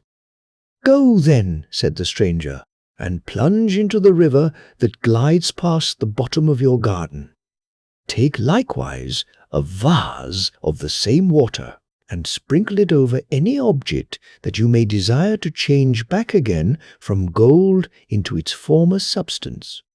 If you do this in earnestness and sincerity, it may possibly repair the mischief which your avarice has occasioned." King Midas bowed low, and when he lifted his head, the lustrous stranger had vanished. You will easily believe that Midas lost no time in snatching up a great earthen pitcher, but, alas me, it was no longer earthen after he touched it, and hastening to the riverside. As he scampered along and forced his way through the shrubbery, it was positively marvelous to see how the foliage turned yellow behind him, as if the autumn had been there and nowhere else. On reaching the river's brink, he plunged headlong in, without waiting so much as to pull off his shoes. "Poof, poof, poof," snorted King Midas as his head emerged out of the water. "Well, this is really a refreshing bath, and I think it must have quite washed away the golden touch. And now for filling my pitcher." As he dipped the pitcher into the water, it gladdened his very heart to see it change from gold into the same good, honest earthen vessel which it had been before he touched it. He was conscious also of a change within himself. A cold, hard, and heavy weight seemed to have gone out of his bosom. No doubt his heart had been gradually losing its human substance and transmuting itself into insensible metal, but had now softened back again into flesh. Perceiving a violet that grew on the bank of the river, Midas touched it with his finger, and was overjoyed to find that the delicate flower retained its purple hue instead of undergoing a yellow blight. The curse of the golden touch had, therefore, really been removed from him. King Midas hastened back to the palace, and, I suppose, the servants knew not what to make of it when they saw their royal master so carefully bringing home an earthen pitcher of water. But that water, which was to undo all the mischief that his folly had wrought, was more precious to Midas than an ocean of molten gold could have been. The first thing he did, as you need hardly be told, was to sprinkle it by handfuls over the golden figure of little Marigold. No sooner did it fall on her than you would have laughed to see how the rosy colour came back to the dear child's cheek, and how she began to sneeze and sputter, and how astonished she was to find herself dripping wet, and her father still throwing more water over her. "Pray do not, dear father," cried she. "See how you have wet my nice frock, which I put on only this morning." For Marigold did not know that she had been a little golden statue, nor could she remember anything that had happened since the moment when she ran with outstretched arms to comfort poor King Midas. Her father did not think it necessary to tell his beloved child how very foolish he had been, but contented himself with showing how much wiser he had now grown. For this purpose, he led little Marigold into the garden, where he sprinkled all the remainder of the water over the rose bushes, and with such good effect that above 5,000 roses recovered their beautiful bloom. There were two circumstances, however, which, as long as he lived, used to put King Midas in mind of the golden touch. One was that the sands of the river sparkled like gold. The other, that little Marigold's hair had now a golden tinge, which he had never observed in it before. She had been transmuted by the effect of his kiss. This change of hue was really an improvement, and made Marigold's hair richer than in her babyhood. When King Midas had grown quite an old man, and used to trot Marigold's children on his knee, he was fond of telling them this marvellous story, pretty much as I have now told it to you. And then would he stroke their glossy ringlets, and tell them that their hair, likewise, had a rich shade of gold, which they had inherited from their mother. "And to tell you the truth, my precious little folks," quoth King Midas, diligently trotting the children all the while, "ever since that morning I have hated the very sight of all other gold, save this, the paradise of children. Long, long ago, When this old world was in its tender infancy, there was a child named Epimetheus who never had either father or mother, and, that he might not be lonely, another child, fatherless and motherless like himself, was sent from a far country to live with him and be his playfellow and helpmate. Her name was Pandora. The first thing that Pandora saw when she entered the cottage where Epimetheus dwelt was a great box, and almost the first question which she put to him, after crossing the threshold, was this: "Epimetheus, what have you in that box?" "My dear little Pandora," answered Epimetheus, "that is a secret, and you must be kind enough not to ask any questions about it.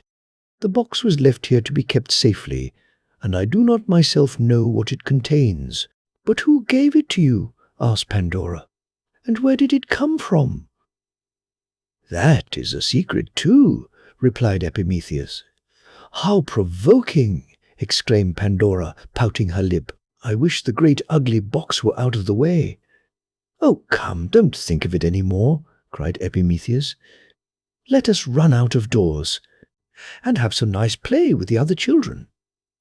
It is thousands of years since Epimetheus and Pandora were alive, and the world nowadays is a very different sort of thing from what it was in their time. Then everybody was a child.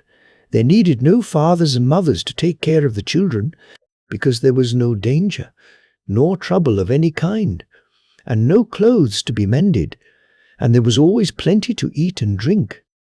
Whenever a child wanted his dinner, he found it growing on a tree, and if he looked at the tree in the morning, he could see the expanding blossom of that night's supper, or, at eventide, he saw the tender bud of tomorrow's breakfast. It was a very pleasant life indeed. No labour to be done, no tasks to be studied, nothing but sports and dances, and sweet voices of children talking, or carolling like birds, or gushing out in merry laughter throughout the livelong day. What was most wonderful of all, the children never quarrelled among themselves, neither had they any crying fits, nor, since time first began, had a single one of these little mortals ever gone apart into a corner and sulked. Oh, what a good time was that to be alive in!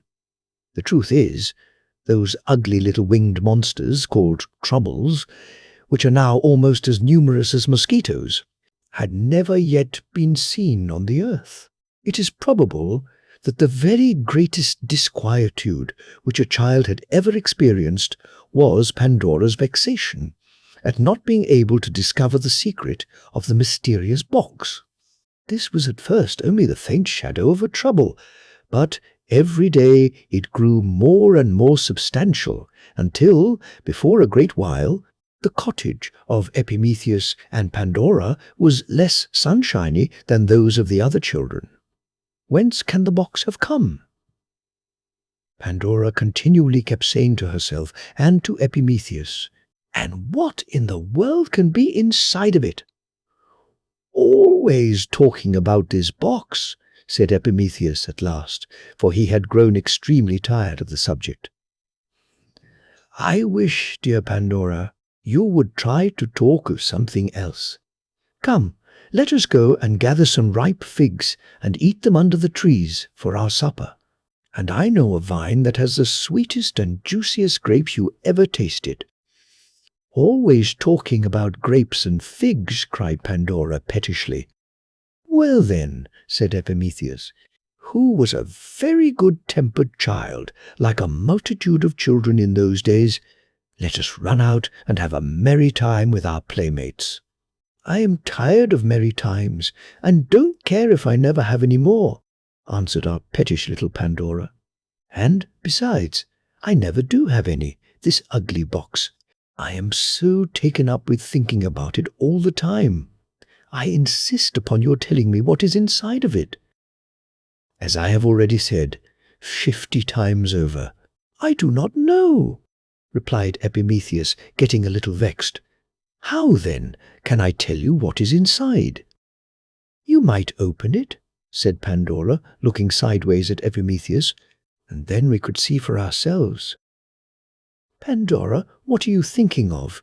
exclaimed Epimetheus, and his face expressed so much horror at the idea of looking into a box, which had been confided to him on the condition of his never opening it, that Pandora thought it best not to suggest it any more. Still, however, she could not help thinking and talking about the box. "At least," said she, "you can tell me how it came here." "It was just left at the door," replied Epimetheus, "just before you came, by a person who looked very smiling and intelligent, and who could hardly forbear laughing as he put it down.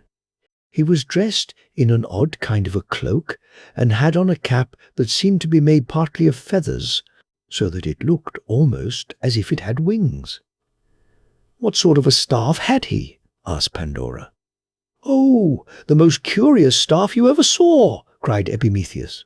"It was like two serpents twisting around a stick, and was carved so naturally that I at first thought the serpents were alive." "I know him," said Pandora thoughtfully.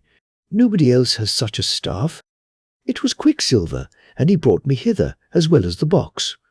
No doubt he intended it for me, and, most probably, it contains pretty dresses for me to wear, or toys for you and me to play with, or something very nice for us both to eat."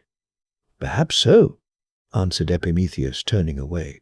"But until Quicksilver comes back and tells us so, we have neither of us any right to lift the lid of the box." "What a dull boy he is," muttered Pandora, as Epimetheus left the cottage. "I do wish he had a little more enterprise." For the first time since her arrival, Epimetheus had gone out without asking Pandora to accompany him. He went to gather figs and grapes by himself, or to seek whatever amusement he could find in other society than his little playfellows. He was tired to death of hearing about the box, and heartily wished that Quicksilver, or whatever was the messenger's name, had left it at some other child's door, where Pandora would never have set eyes on it, so perseveringly as she did babble about this one thing. The box, and nothing but the box. It seemed as if the box were bewitched, and as if the cottage were not big enough to hold it, without Pandora's continually stumbling over it, and making Epimetheus stumble over it likewise, and bruising all four of their shins. Well, it was really hard that poor Epimetheus should have a box in his ears from morning till night, especially as the little people of the earth were so unaccustomed to vexations in those happy days that they knew not how to deal with them. Thus, a small vexation made as much disturbance then as a far bigger one would in our own times. After Epimetheus was gone, Pandora stood gazing at the box. She had called it ugly above 100 times, but in spite of all that she had said against it, it was positively a very handsome article of furniture, and would have been quite an ornament to any room in which it should be placed. It was made of a beautiful kind of wood, with dark and rich veins spreading over its surface, which was so highly polished that little Pandora could see her face in it. As the child had no other looking-glass, it is odd that she did not value the box merely on this account. The edges and corners of the box were carved with most wonderful skill.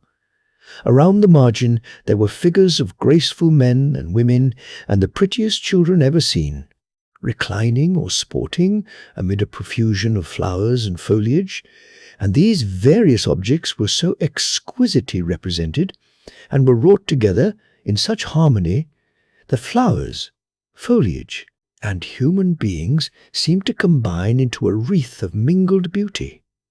But here and there, peeping forth from behind the carved foliage, Pandora once or twice fancied that she saw a face, not so lovely, or something or other that was disagreeable, and which stole the beauty out of all the rest. Nevertheless, on looking more closely, and touching the spot with her finger, she could discover nothing of the kind. Some face, that was really beautiful, had been made to look ugly by her catching a sideway glimpse at it. The most beautiful face of all was done in what is called high relief, in the center of the lid. There was nothing else save the dark, smooth richness of the polished wood and this one face in the centre, with a garland of flowers about its brow. Pandora had looked at this face a great many times, and imagined that the mouth could smile if it liked, or be grave when it chose, the same as any living mouth. The features, indeed, all wore a very lively and rather mischievous expression, which looked almost as if it must burst out of the carved lips and utter itself in words. Had the mouth spoken, it would probably have been something like this. "Do not be afraid, Pandora. What harm can there be in opening the box? Never mind that poor, simple Epimetheus. You are wiser than he, and have 10 times as much spirit. Open the box, and see if you do not find something very pretty." The box, I had almost forgotten to say, was fastened, not by a lock, nor by any other such contrivance, but by a very intricate knot of gold cord. There appeared to be no end to this knot, and no beginning. Never was a knot so cunningly twisted, nor with so many ins and outs, which roguishly defied the skilfullest fingers to disentangle them. And yet, by the very difficulty that there was in it, Pandora was the more tempted to examine the knot, and just see how it was made. 2 or 3 times, already, she had stooped over the box, and taken the knot between her thumb and forefinger, but without positively trying to undo it. "I really believe," said she to herself, "that I begin to see how it was done. Nay, perhaps I could tie it up again, after undoing it. There would be no harm in that, surely. Even Epimetheus would not blame me for that.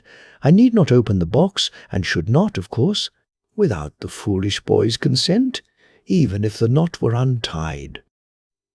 It might have been better for Pandora if she had had a little work to do, or anything to employ her mind upon, so as not to be so constantly thinking of this one subject. But children led so easy a life, before any troubles came into the world, that they had really a great deal too much leisure. They could not be forever playing at hide-and-seek among the flower shrubs, or at blind man's buff with garlands over their eyes, or at whatever other games had been found out while Mother Earth was in her babyhood. When life is all sport, toil is the real play. There was absolutely nothing to do. A little sweeping and dusting about the cottage, I suppose, and the gathering of fresh flowers, which were only too abundant everywhere, and arranging them in vases, and poor little Pandora's day's work was over. And then, for the rest of the day, there was the box. After all, I am not quite sure that the box was not a blessing to her in its way. It supplied her with such a variety of ideas to think of and to talk about whenever she had anybody to listen. When she was in good humour, she could admire the bright polish of its sides, and the rich border of beautiful faces and foliage that ran all around it. Or, if she chanced to be ill-tempered, she could give it a push, or kick it with her naughty little foot. And many a kick did the box, but it was a mischievous box, as we shall see, and deserved all it got. Many a kick did it receive. But certain it is, if it had not been for the box, our active-minded little Pandora would not have known half so well how to spend her time as she now did. For it was really an endless employment to guess what was inside. What could it be, indeed? Just imagine, my little hearers, how busy your wits would be. If there were a great box in the house, which, as you might have reason to suppose, contained something new and pretty for your Christmas or New Year's gifts, do you think that you should be less curious than Pandora? If you were left alone with the box, might you not feel a little tempted to lift the lid? But you would not do it. Oh, fie! No, no! Only, if you thought there were toys in it, it would be so very hard to let slip an opportunity of taking just one peep. I know not whether Pandora expected any toys, for none had yet begun to be made, Probably in those days, when the world itself was one great plaything for the children that dwelt upon it. But Pandora was convinced that there was something very beautiful and valuable in the box, and therefore she felt just as anxious to take a peep as any of these little girls here around me would have felt, and, possibly, a little more so, but of that I am not quite so certain. On this particular day, however, which we have so long been talking about, her curiosity grew so much greater than it usually was that, at last, she approached the box. She was more than half determined to open it if she could. Ah, naughty Pandora! First, however, she tried to lift it. It was heavy, quite too heavy for the slender strength of a child, like Pandora. She raised one end of the box a few inches from the floor and let it fall again, with a pretty loud thump. A moment afterwards, she almost fancied that she heard something stir inside of the box. She applied her ear as closely as possible and listened. Positively, there did seem to be a kind of stifled murmur within. Or was it merely the singing in Pandora's ears? Or could it be the beating of her heart? The child could not quite satisfy herself whether she had heard anything or no. But, at all events, her curiosity was stronger than ever. As she drew back her head, her eyes fell upon the knot of gold cord. "It must have been a very ingenious person who tied this knot," said Pandora to herself. "But I think I could untie it nevertheless. I am resolved, at least, to find the two ends of the cord." So she took the golden knot in her fingers and pried into its intricacies as sharply as she could. Almost without intending it or quite knowing what she was about, she was soon busily engaged in attempting to undo it. Meanwhile, the bright sunshine came through the open window, as did likewise the merry voices of the children, playing at a distance, and perhaps the voice of Epimetheus among them. Pandora stopped to listen. What a beautiful day it was! Would it not be wiser if she were to let the troublesome knot alone, and think no more about the box, but run and join her little playfellows, and be happy? All this time, however, her fingers were half unconsciously busy with the knot, and happening to glance at the flower-wreathed face on the lid of the enchanted box, she seemed to perceive it slyly grinning at her. "That face looks very mischievous," thought Pandora. "I wonder whether it smiles because I am doing wrong. I have the greatest mind in the world to run away." But just then, by the merest accident, she gave the knot a kind of a twist which produced a wonderful result. The gold cord untwined itself as if by magic and left the box without a fastening. "This is the strangest thing I ever knew," said Pandora. "What will Epimetheus say, and how can I possibly tie it up again?" She made one or two attempts to restore the knot, but soon found it quite beyond her skill. It had disentangled itself so suddenly that she could not in the least remember how the strings had been doubled into one another. And when she tried to recollect the shape and appearance of the knot, it seemed to have gone entirely out of her mind. Nothing was to be done, therefore, but to let the box remain as it was until Epimetheus should come in. "But," said Pandora, "when he finds the knot untied, he will know that I have done it. How shall I make him believe that I have not looked into the box?" And then the thought came into her naughty little heart that, since she would be suspected of having looked into the box, she might just as well do so at once. "Oh, very naughty and very foolish Pandora! You should have thought only of doing what was right, and of leaving undone what was wrong, and not of what your playfellow Epimetheus would have said or believed. And so perhaps she might, if the enchanted face on the lid of the box had not looked so bewitchingly persuasive at her, and if she had not seemed to hear, more distinctly than before, the murmur of small voices within. She could not tell whether it was fancy or no, but there was quite a little tumult of whispers in her ear, or else it was her curiosity that whispered, "Let us out, dear Pandora. Pray, let us out. We will be such nice, pretty playfellows for you. Only let us out." "What can it be?" thought Pandora. "Is there something alive in the box? Well, yes, I am resolved to take just one peep. Only one peep, and then the lid shall be shut down as safely as ever. There cannot possibly be any harm in just one little peep. But it is now time for us to see what Epimetheus was doing." This was the first time, since his little playmate had come to dwell with him, that he had attempted to enjoy any pleasure in which she did not partake. But nothing went right, nor was he nearly so happy as on other days. He could not find a sweet grape or a ripe fig. If Epimetheus had a fault, it was a little too much fondness for figs, or, if ripe at all, they were over-ripe, and so sweet as to be cloying. There was no mirth in his heart, such as usually made his voice gush out of its own accord, and swell the merriment of his companions. In short, he grew so uneasy and discontented that the other children could not imagine what was the matter with Epimetheus. Neither did he himself know what ailed him, any better than they did. For you must recollect that, at the time we are speaking of, it was everybody's nature and constant habit to be happy. The world had not yet learned to be otherwise. Not a single soul or body, since these children were first sent to enjoy themselves on the beautiful earth, had ever been sick or out of sorts.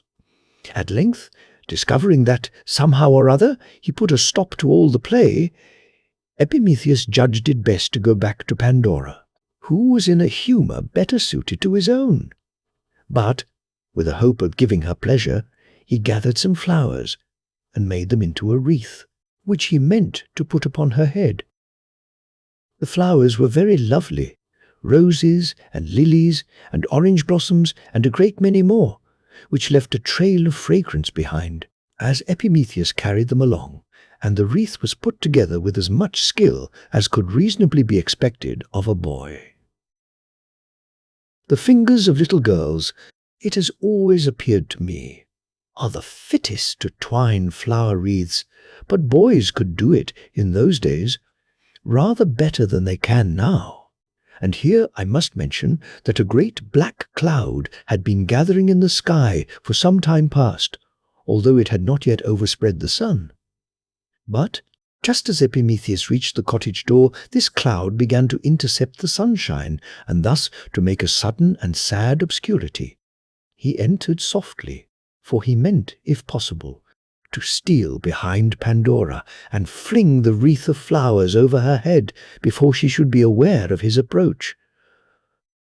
But, as it happened, there was no need of his treading so very lightly. He might have trod as heavily as he pleased, as heavily as a grown man, as heavily, I was going to say, as an elephant, without much probability of Pandora's hearing his footsteps.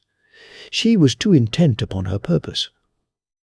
At the moment of his entering the cottage, the naughty child had put her hand to the lid and was on the point of opening the mysterious box. Epimetheus beheld her. If he had cried out, Pandora would probably have withdrawn her hand, and the fatal mystery of the box might never have been known. But Epimetheus himself, although he said very little about it, had his own share of curiosity to know what was inside. Perceiving that Pandora was resolved to find out the secret, he determined that his playfellow should not be the only wise person in the cottage. And if there were anything pretty or valuable in the box, he meant to take half of it to himself. Thus, after all his sage speeches to Pandora about restraining her curiosity, Epimetheus turned out to be quite as foolish, and nearly as much in fault, as she. So, whenever we blame Pandora for what happened, we must not forget to shake our heads at Epimetheus likewise. As Pandora raised the lid, the cottage grew very dark and dismal, for the black cloud had now swept quite over the sun and seemed to have buried it alive. There had, for a little while past, been a low growling and muttering, which all at once broke into a heavy peal of thunder. But Pandora, heeding nothing of all this, lifted the lid nearly upright and looked inside. It seemed as if a sudden swarm of winged creatures brushed past her, taking flight out of the box, while, at the same instant, she heard the voice of Epimetheus, with a lamentable tone, as if he were in pain. "Oh, I am stung!" cried he. "I am stung!" "Naughty Pandora, why have you opened this wicked box?" Pandora let fall the lid, and, starting up, looked about her to see what had befallen Epimetheus. The thundercloud had so darkened the room that she could not very clearly discern what was in it. But she heard a disagreeable buzzing, as if a great many huge flies, or gigantic mosquitoes, or those insects which we call door-bugs and pinching dogs, were darting about. And, as her eyes grew more accustomed to the imperfect light, she saw a crowd of ugly little shapes with bats' wings, looking abominably spiteful and armed with terribly long stings in their tails. It was one of these that had stung Epimetheus. Nor was it a great while before Pandora herself began to scream, in no less pain and affright than her playfellow, and making a vast deal more hubbub about it. An odious little monster had settled on her forehead and would have stung her. I know not how deeply, if Epimetheus had not run and brushed it away.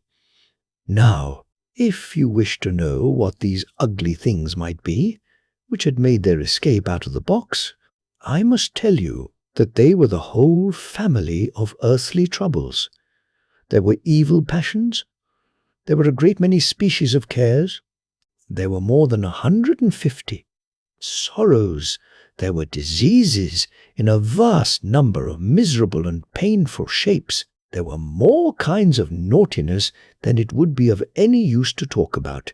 In short, everything that has since afflicted the souls and bodies of mankind had been shut up in the mysterious box and given to Epimetheus and Pandora to be kept safely, in order that the happy children of the world might never be molested by them. Had they been faithful to their trust, all would have gone well. No grown person would ever have been sad, nor any child have had cause to shed a single tear from that hour until this moment. But, and you may see by this how a wrong act of any one mortal is a calamity to the whole world, by Pandora's lifting the lid of that miserable box, and by the fault of Epimetheus too, in not preventing her, these troubles have obtained a foothold among us, and do not seem very likely to be driven away in a hurry. For it was impossible, as you will easily guess, that the two children should keep the ugly swarm in their own little cottage. On the contrary, the first thing that they did was to fling open the doors and windows in hopes of getting rid of them, and, sure enough, away flew the winged troubles all abroad, and so pestered and tormented the small people everywhere about that none of them so much as smiled for many days afterwards. And, what was very singular, all the flowers and dewy blossoms on earth, not one of which had hitherto faded, now began to droop and shed their leaves after a day or two. The children, moreover, who before seemed immortal in their childhood, now grew older day by day, and came soon to be youths and maidens, and men and women by and by, and aged people, before they dreamed of such a thing. Meanwhile, the naughty Pandora and hardly less naughty Epimetheus remained in their cottage. Both of them had been grievously stung, and were in a good deal of pain, which seemed the more intolerable to them because it was the very first pain that had ever been felt since the world began. Of course, they were entirely unaccustomed to it, and could have no idea what it meant. Besides all this, they were in exceedingly bad humour, both with themselves and with one another. In order to indulge it to the utmost, Epimetheus sat down sullenly in a corner with his back towards Pandora, while Pandora flung herself upon the floor and rested her head on the fatal and abominable box. She was crying bitterly and sobbing as if her heart would break. Suddenly, there was a gentle little tap on the inside of the lid. "What can that be?" cried Pandora, lifting her head. But either Epimetheus had not heard the tap, or was too much out of humour to notice it. At any rate, he made no answer. "You are very unkind," said Pandora, sobbing anew, "not to speak to me." Again the tap. It sounded like the tiny knuckles of a fairy's hand, knocking lightly and playfully on the inside of the box. "Who are you?" asked Pandora, with a little of her former curiosity. "Who are you inside of this naughty box?" A sweet little voice spoke from within. "Only lift the lid, and you shall see." "No, no," answered Pandora, again beginning to sob. "I have had enough of lifting the lid. You are inside of the box, naughty creature, and there you shall stay. There are plenty of your ugly brothers and sisters already flying about the world. You need never think that I shall be so foolish as to let you out." She looked towards Epimetheus as she spoke, perhaps expecting that he would commend her for her wisdom. But the sullen boy only muttered that she was wise a little too late. "Ah," said the sweet little voice again, "you had much better let me out. I am not like those naughty creatures that have stings in their tails. They are no brothers and sisters of mine, as you would see at once, if you were only to get a glimpse of me. Come, come, my pretty Pandora. I am sure you will let me out." And, indeed, there was a kind of cheerful witchery in the tone. That made it almost impossible to refuse anything which this little voice asked. Pandora's heart had insensibly grown lighter at every word that came from within the box. Epimetheus, too, though still in the corner, had turned half round and seemed to be in rather better spirits than before. "My dear Epimetheus," cried Pandora, "have you heard this little voice?" "Yes, to be sure I have," answered he, but in no very good humour as yet. "And what of it?" "Shall I lift the lid again?" asked Pandora. "Just as you please," said Epimetheus. "You have done so much mischief already that perhaps you may as well do a little more. One other trouble. In such a swarm as you have set adrift about the world can make no very great difference." "You might speak a little more kindly," murmured Pandora, wiping her eyes. "Ah, naughty boy!" cried the little voice within the box in an arch and laughing tone. "He knows he is longing to see me. Come, my dear Pandora, lift up the lid. I am in a great hurry to comfort you. Only let me have some fresh air, and you shall soon see that matters are not quite so dismal as you think them." "Epimetheus!" exclaimed Pandora, "come what may, I am resolved to open the box." "And as the lid seems very heavy," cried Epimetheus, running across the room, "I will help you." So, with one consent, the two children again lifted the lid. Out flew a sunny and smiling little personage and hovered about the room, throwing a light wherever she went. Have you never made the sunshine dance into dark corners by reflecting it from a bit of looking-glass? Well, so looked the winged cheerfulness of this fairy-like stranger amid the gloom of the cottage. She flew to Epimetheus and laid the least touch of her finger on the inflamed spot where the trouble had stung him, and immediately the anguish of it was gone. Then she kissed Pandora on the forehead, and her hurt was cured likewise.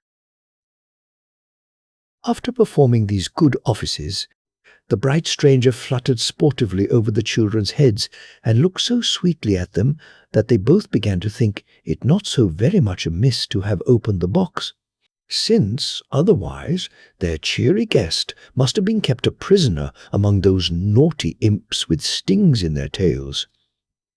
"Pray, who are you, beautiful creature?" inquired Pandora. "I am to be called Hope," answered the sunshiny figure. And because I am such a cheery little body, I was packed into the box to make amends to the human race for that swarm of ugly troubles which was destined to be let loose among them. Never fear, we shall do pretty well in spite of them all." "Your wings are coloured like the rainbow," exclaimed Pandora. "How very beautiful!"